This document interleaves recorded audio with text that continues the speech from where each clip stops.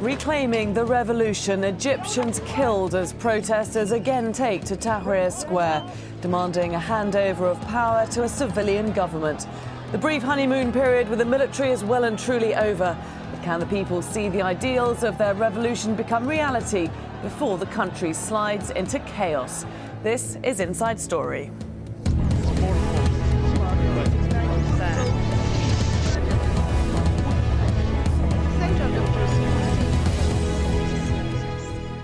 Hello and welcome to the programme. I'm Laura Kyle. Protesters have been regrouping in Cairo's Tahrir Square with one key demand.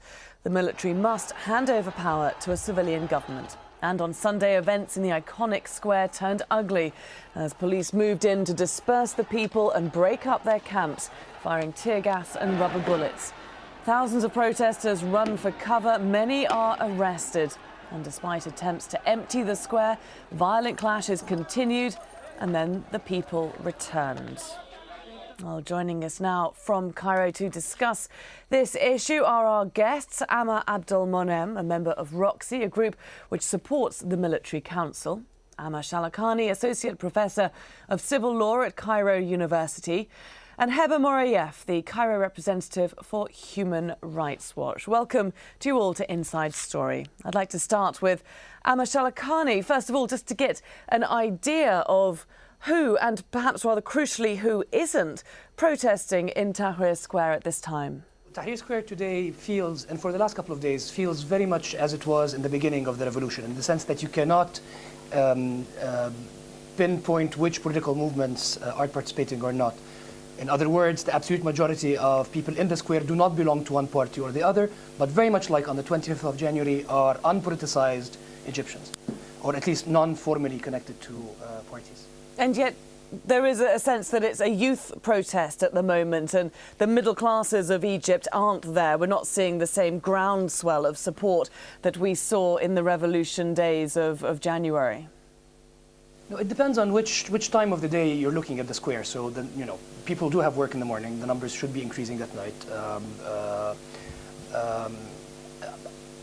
I'd say it is as diverse. OK.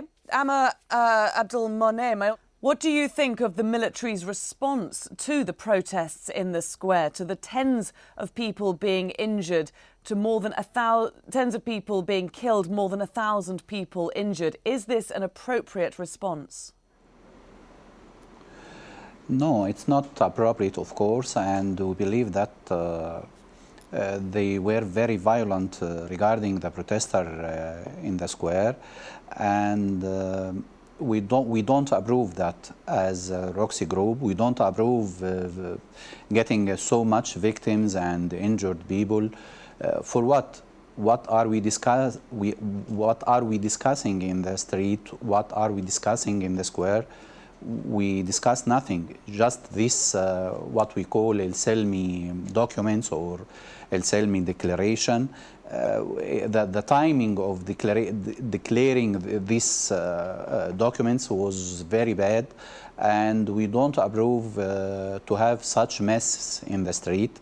And also, not in the square is to discuss a document like this. We have to discuss it through the party, through a legal or elected people council, and we have to move very quickly to the democracy and to the channel which presented and approved by the people, the Egyptian people. If I can just jump in there, 19th because of March. The people have been coming to the square because they feel that move to democracy hasn't been happening quickly enough.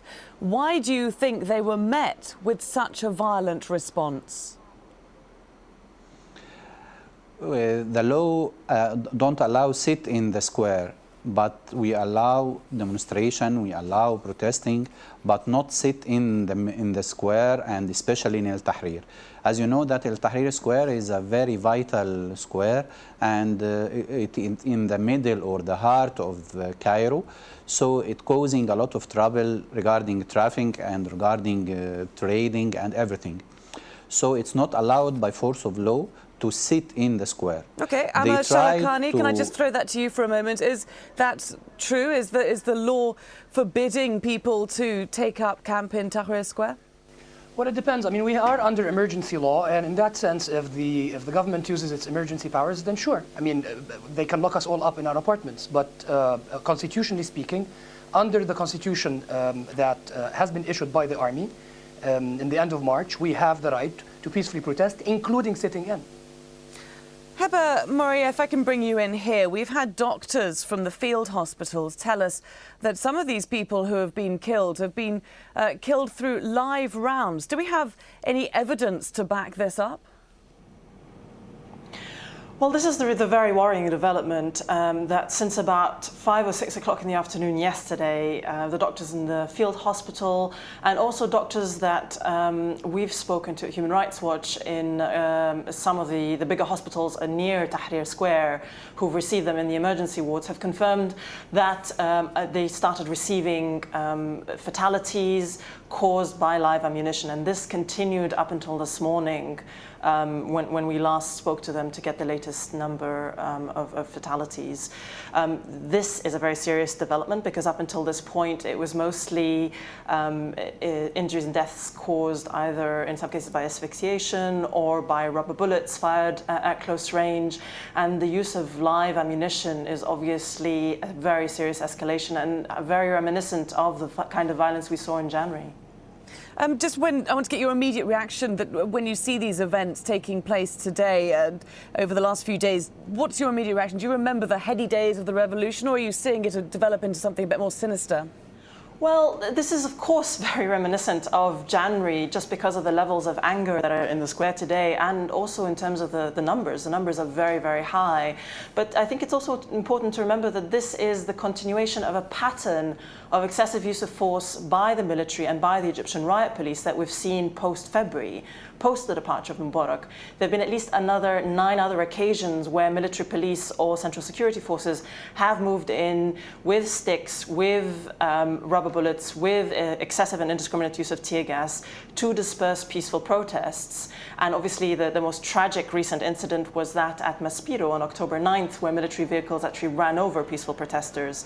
So this is part of a pattern and part of a strategy to use force to disperse protests that the army has already said are illegitimate. They've called these protesters criminals, thugs, and not representative of the broader population. And I think what this is an attempt to clear out the square in time to move forward with their election timetable. They don't want people camped out in the square, and they wanted to solve this as soon as possible, and that's why they went in with such excessive force. Okay, well, let's just use this time to bring us up to how we've reached this current situation. Back in February, the President Hosni Mubarak stepped down, handing power to the military council led by Field Marshal Hussein Tantawi. A month later, Egyptians voted for constitutional reforms, paving the way for new elections. Then in April, Mubarak and his sons were arrested and charged with corruption. By August, Mubarak was on trial in Cairo, charged with ordering the killing of demonstrators. Protesters on the streets in September demanded the country's military rulers quickly transfer power to a civilian government. But as we're seeing, by November, those demands are still not met. Protesters and security forces clashing in Tahrir Square with fatal results. And all this just a week before parliamentary elections. Amr Shalakany, if I can come to you, it's been 10 months since Mubarak was toppled. So why has Egypt reached this point, resorted to such violence on the streets? One of two scenarios. Either that Egypt has been ruled since Mubarak stepped down by the Supreme Council of the Armed Forces or the SCAF. So either that the SCAF is incompetent, along with the current cabinet, Sharaf's cabinet, or that the SCAF is colluding in order not to facilitate the transition to democracy. I don't have any other options. OK, Amr Abdel-Moneim, how would you respond to that? Is the SCAF incompetent, or is it unwilling to relinquish power? They are legitimacy, and the only option we have is the military council we do have now. Regarding the civilian governorate, how can we choose? How can we elect the persons who will represent this civilian council? We cannot wait for months to elect some people to present the president. It's not logic. So we have to vote and we have to elect the people council first, the constitution second step, and finally we will have the president after that. This is the program, and this is what we have voted for in 19th of March. We are waiting for the 1 week for a starting election of people council, and this is the first step. The second step is this people council will elect or will choose the constitution council to establish the constitution. This is the second step. The third one, as the military council promised, to start the election for presidential for electing president in August 2012, and we are expecting to fast or to go quickly after the last events in El Tahrir Square. Actually, in El Tahrir Square is divided into several currents. Islamic currents, which wants the election to start immediately, and also the revolution youth, which wants to delay the election to establish their party. Okay, I'm going to just jump in there because I want to address the steps that you presented there. Mr. Shalakany, what do you think? It seems like a very clear approach. No, not at all. First of all, we went in March. In March, we voted on amending the 1971 Constitution, 6 articles of it specifically. And then a week later, the army, the SCAF, issued a constitutional declaration that is composed of more than 50 other articles that we were not asked to vote on. And then the SCAF went on to claim that this is the fastest way to transition to power, and that it derives its legitimacy from the referendum, which is, from a constitutional law perspective, is a complete farce. They issued a document which we were not asked to vote on, and then they claimed to derive their legitimacy from it. And then the promise back then was that it was going to take them 6 months to hand over power. The reason, I voted no back in the referendum.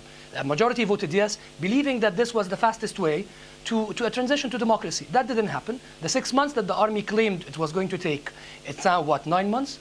We're entering the 10th months. And of course, you were asking earlier if one can see something more sinister happening around us. One can, a running conspiracy theory or running sinister theory is that we are being prepared for the violence that will take place on Monday, which will then lead to not having elections at all, or to the suspension of the elections. And that is, of course, normal. This country has been ruled by the military for 60 years. The idea that the military is just going to leave power that easily, we all knew it's not going to happen, but also that it would take that form of violence again, as if nothing has changed, that we have spent, forget about the elections. We've had 9 months so far. There has been no serious reform in any sector. The 2 most important sectors, the Ministry of Interior and the media, both continue to operate exactly as they were. The images that you see on TV, the media coverage, and the excessive use of force that is used by the police over the past couple of days is literally the same as it was on January 25th, plus that the legal safeguards that we have as citizens in the country today are much less than they were on January 25th, in the sense that you have a much larger number of civilians being referred to military trials than you've seen throughout the 30 years of Mubarak's regime. While Mubarak and his goons are receiving all the due process guarantees of being tried before an ordinary judge. So I return back again and say either the SCAF is utterly incompetent in ruling this country, and this is why we're seeing what's seeing, or something more sinister is happening by way of SCAF collusion with the old regime. That's it. And the cabinet that's ruling us is a puppet cabinet. And get Heba Morayef's view here.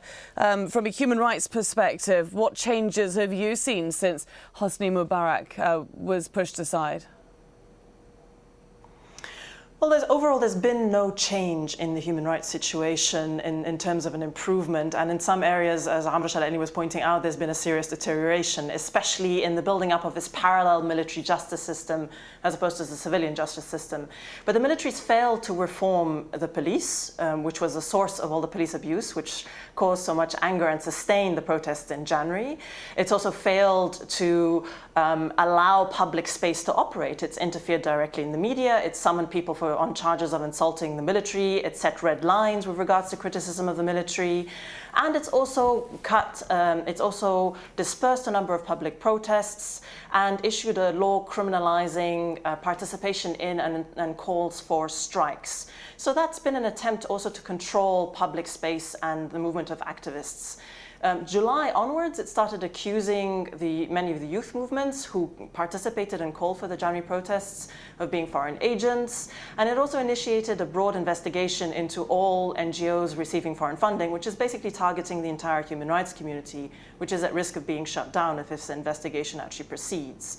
What all of this means is that it's not just that the military didn't reform, didn't improve on the human rights situation we had in the time of Mubarak, but also that it's tried to maintain the status quo with minimum cosmetic measures for reform. In particular, when you look at the Ministry of Interior. And I think the most important moment was perhaps on September 12th, when the military actually expanded the scope of application of the emergency law way beyond what it was under Mubarak, and included for the first time a freedom of expression provision. Spreading false information is now grounds to invoke the emergency law, which shows how the military views free media and free information as a security threat. All of this means that we've reached a point where people feel that there is no change. They don't feel safer from the police. They don't feel safer from the military, which has been in charge of law enforcement activities over the past months. And the prospects for an improvement, for a transition from the excessive, unchecked powers of law enforcement officers to a country which respects the rule of law are dwindling, and we're left with a legacy of these over 12,000 civilians tried before military courts. Mr. Abdel-Moneim, I'm just going to jump in there to get a response. Mr. Abdel-Moneim, a lot of accusations there that there have been absolutely no changes since the Mubarak era, that we're seeing the status quo, there have been no reforms. Indeed, that Egypt might have moved backwards in civilians being tried in military courts, the reenactment of emergency laws. What's your response to that? I think that the issue of Mubarak is going in its way. We don't have to compare between Mubarak and the civilians. There is no comparison. If anybody against the law will go to court in its proper channel. We are not talking about now about events happening day by day. We are talking about the future of Egypt. All what we have now is the legitimacy of the military council, and we have to respect that. Nowadays, the Tahrir Square is split and is divided into several groups. Nobody knows where is the majority and where is the minority. What about the Islamic current? What are you going to do with the Islamic current? They are going very fast. They want to go very fast regarding the election. What about Roxy Group? We are talking about stability and economy and everything. Let's have a look at Egypt, and let's have an overall overview regarding Egypt, and everything will go very fast for democracy, and we cannot guarantee that the relation between the Ministry of Interior Affairs and the protester will go good in a few days. We have a lot of problem between that relation between the Ministry of Interior Affairs and the officers from one side, and also the protesters, and maybe the audience of a football game also, they have a bad relation with them. So it's not the matter of democracy in Tahrir Square. It's a matter of a psychological problem between the people and the Interior Affairs. Okay, it's a matter of time. Mr. Shalakany, one point that was made there is a fair point, is it not? That there is no cohesive voice to present an alternative view. One of the problems with the protesters is there are no clear leaders, no clear political representation. I'm sorry, this line we've been hearing since the 25th of January. Well, from the 28th. They're youth, they don't have a leader, they don't have someone to present them. This is over. This line doesn't work anymore. There are parties that have been established. There are leaderships that have emerged over the last 8 months, and the claim that Tahrir Square is split, Tahrir is not split. Maybe on the evening of Friday night, leading into Saturday, I mean, let's remember how we got to where we are today. A small number of protesters chose to remain in the square, principally in support of what is called in Arabic Musabi Sawra, or those who have been injured during the revolution. The police then used excessive force, as my colleague Heba said, to disperse the protesters. And the images became so incredibly reminiscent of January 25th that people are back again in the square, principally because of the police, principally because nothing has changed in the organization of the Ministry of Interior. And the Ministry of Interior is not my aunt or my uncle to have a relationship with. They are civil, they receive a salary from the state. They are supposed to observe the law in enforcing it. And they have not been doing that until now, and they have never been doing that. And we cannot forget that this revolution started on the 25th of January, Police Day. Heba, let's push this forward a little. Let's look to the future. The parliamentary elections are set for November 28th. Do you think we will see them then? Should we see them then? Well, I think a prerequisite to having parliamentary elections is security. And security is not just actual security, but also the confidence of people that they will be safe if they go to vote. And this is a key election where the state and all political parties have been trying to encourage people to come out and vote, despite the extremely complicated electoral system. So I think it really depends on what happens in the next couple of days. If a political solution is found to the current protest and sit-in in Tahrir Square, rather than the ongoing use of force by the Central Security Forces, because as we speak, there is still street battles basically in a couple of the side streets of Tahrir in an attempt to still use force to clear protesters out. That is not going to go anywhere, and this needs to be resolved in a way that will not involve further violence, not escalate the situation, and somehow bring a stabilization of a situation once more. Because if this situation continues for several more days, I don't think people will feel safe or confident enough to come out and vote next Monday. We've heard the military on multiple occasions saying that strikes and sit-ins and protests use a lot of the resources of the military and law enforcement officers. And Major General Assar in a recent interview said there can be no elections if the strikes are ongoing, purely because of their own resources. So from their perspective, even they realize that you can't have both at the same time. But more importantly, I think what we need is a reinstallation of confidence in the process, because the crisis in Tahrir today is a crisis of the military's own making. They made the decision on Saturday to move in and clear the square.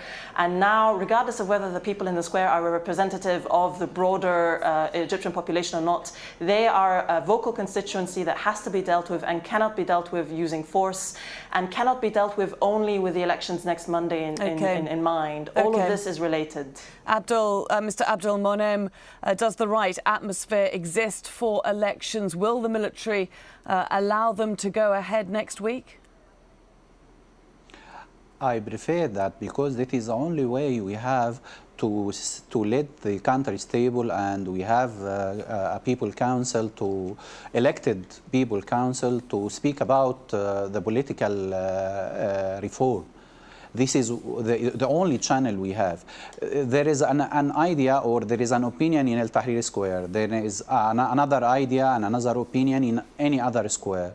So we have to have an elected council, people council, to talk about the reform, the political reform.